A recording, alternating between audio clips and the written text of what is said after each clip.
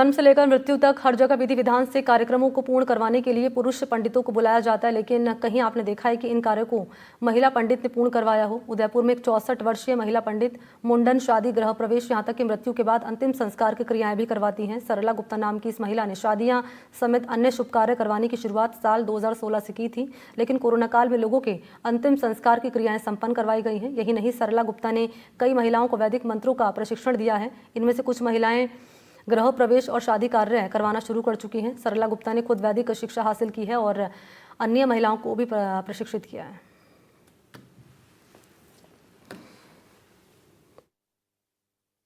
शादी के लिए जैसे 121 मंत्र आपने अंतिम संस्कार अंतिम क्रिया होती है उसके में बताया, शादी के लिए क्या होता है मंत्र आपने जैसा बताया अभी के फेरे को लेकर, तो क्या मंत्र एक बार बताएं। हाँ जी, ये जैसे कि सबसे पहला ही जो मंत्र बुलवाते हैं उसमें दोनों से एक दूसरे संकल्प करते हैं कि आज से हमारे हृदय जल की भांति मिले रहेंगे।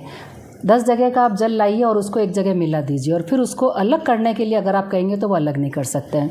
तो उसके लिए जो मंत्र है, ओम समंजन्तु विश्वे देवाः समापो हृदयानि नौ सम्मातरिश्वा समधाता समुदेष्ट्री दधातु नौ। इस तरह से और भी मंत्र, ओम यदेशी मनसा दूरम दिशो अनुपवमानो वा हिरण्यपर्णो वैकर्णः सत्वा मन्मनसाम करोतु।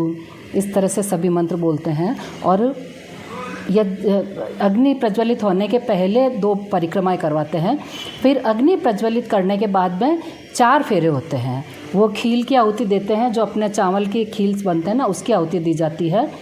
पुत्रियों की स्थिति ये मानते हैं कि पुत्री का जिस तरह से चावल की अगर हमको फसल चाहिए तो एक स्थान पे चावल को बीज हम बोते हैं और उसको दूसरी जगह जब छोटे छोटे पौधे हो जाते हैं तो उनको वहाँ से उखाड़ करके दूसरी जगह लगाते हैं, तब जाकर के हमको चावल की फसल मिलती है। मतलब वो 2 घंटे का जो ड्यूरेशन है वो तो होगा ही होगा कुल। वो तो सब समझा करके करते अच्छा, हैं। अब आते स्टूडेंट्स, आपके स्टूडेंट या फिर आप जिनको प्रशिक्षण देखते हैं, तो कैसे शुरुआत की इसकी? आपसे ही संपर्क किया सबने या फिर बच्चों को भी आप वैदिक मंत्र सिखाते हैं? हाँ, ये गर्मी की छुट्टियां जब हुई थी तो बच्चे खेलते रहते थे धूप में भी, तो कई माताओं ने भी प्रस्ताव रखा था कि आप बच्चों को हवन करना सिखा दीजिए।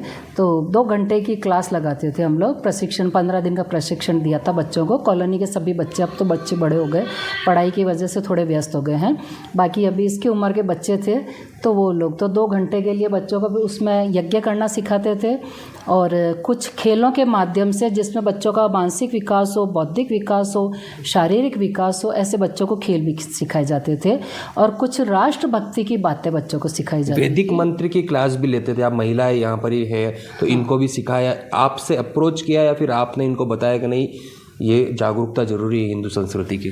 वैसे कुछ को मैंने प्रेरित किया और कुछ जैसे कि देवयानी है, निशु है, तो ये लोग स्वप्रेरणा से आए। अब यहाँ पे इनका हमारे पास में इनकी पूरी कॉलोनी है, वहाँ हम जाकर के बच्चों को खुद सिखाते थे और ये इनकी माताजी हैं तो वो पूरे सबका सहयोग रहता है। अच्छा, आपकी शिक्षा इसी में रही या फिर शिक्षा अलग रही आपकी? नहीं, मेरी शिक्षा या फिर कॉलेज एजुकेशन? स्कूली शिक्षा रही। उस टाइम सेकेंडरी हायर सेकेंडरी चलती थी तो मैं हायर सेकेंडरी पास हूँ।